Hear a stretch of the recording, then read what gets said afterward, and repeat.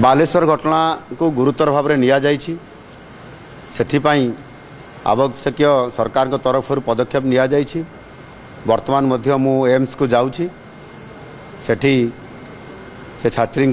जो गुरुतर अवस्था से चिकित्सा होती से उपरे निजे अनुध्यान करी देखी एवं कौ कारण ये सब परिस्थिति हैला ता उपरे तदंत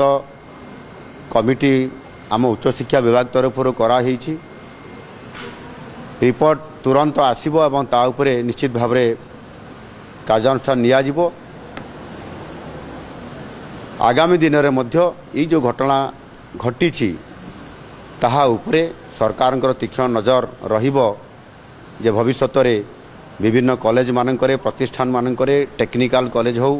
किंबा जनरल कॉलेज हो जोटी तो साधारण भाव में कौटी रैगिंग हुए कौटी सेक्सुअल हारासमेंट करा जाए ये प्रकार जो घटना घटुची ताहा उपरे स्वतंत्र भाव में सरकार गुरुत्वपूर्ण या एक प्रसंग हिसाब से नहीं आगामी दिन में ये घटना केमती न घटिबो ताहा उपरे मध्य स्वतंत्र भाव में उच्च स्तरीय या उपरे तदंत करी आगुआ पदक्षेप केमती निया जाई पारिबो सेथि पाई सबु कॉलेज उपरे फोकस करा जाई पारिबो। Thank you.